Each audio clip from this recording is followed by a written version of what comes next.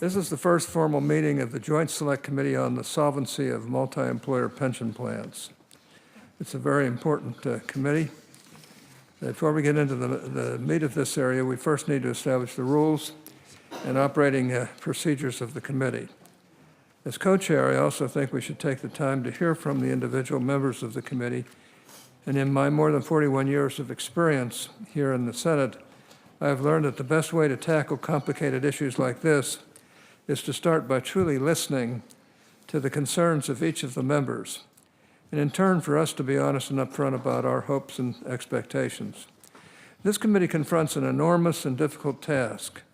Multi-employer pension plans, like other retirement savings programs, have faced a number of challenges in recent years. Some of those challenges include a financial crisis, which has disturbed the investment returns of the multi-employer plans, as well as demographic and economic changes, which have made the operations of a substantial number of these plans difficult, if not impossible, to sustain. Many have argued that these complexities have sent some of these plans into a, quote, death spiral, unquote.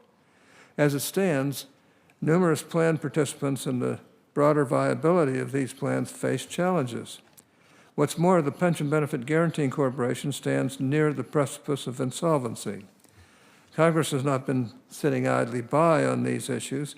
In fact, the Pension Protection Act of 2006 and the Multi-Employer Pension Reform Act of 2014 were designed to provide multi-employer plan sponsors, trustees, and the PBGC with new authority and additional flexibility to alter plans in order to restore some level of financial sustainability. Simply because we are in dire straits again with some of these plans does not mean we failed when we passed those two major bipartisan bills, but it does underscore how complex these issues really are. Not only are the issues complex, but they often invite strong sentiments. This committee is tasked with studying the challenges multi-employer plans face, what has worked and what has not, reviewing potential solutions, and if possible, developing legislative recommendations that could be considered by the House and the Senate. Finding a solution requires a clear understanding of the issues these plans confront, which means at least for the next few weeks we should be listening far more than talking. It also means that we need to learn. We need to understand the magnitude of the financial shortfall among plans considered critical and declining, determine the likelihood of other plans falling into this status, and meaningfully evaluate the various proposals that have been offered to address this situation. Frankly, my friends, this is a heavy workload.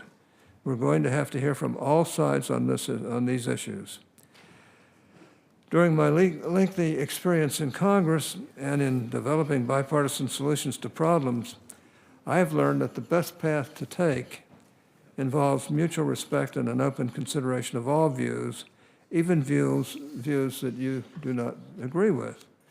The difficulty in taking that high road is probably the biggest impediment to arriving at bipartisan solutions.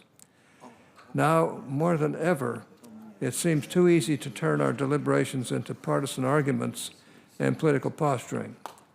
My intention, and I hope that of my colleagues here as well, is to pursue the high road. In that vein, I'd like to underscore my belief that none of this process is going to be easy. There are no magic bullets, and any solutions we come up with are bound to make at least some people unhappy. With that, I'm going to turn it over to my co-chair, Senator Brown, after which we will move to consideration of the rules and operations of the committee. Senator Brown. Thank you, Senator.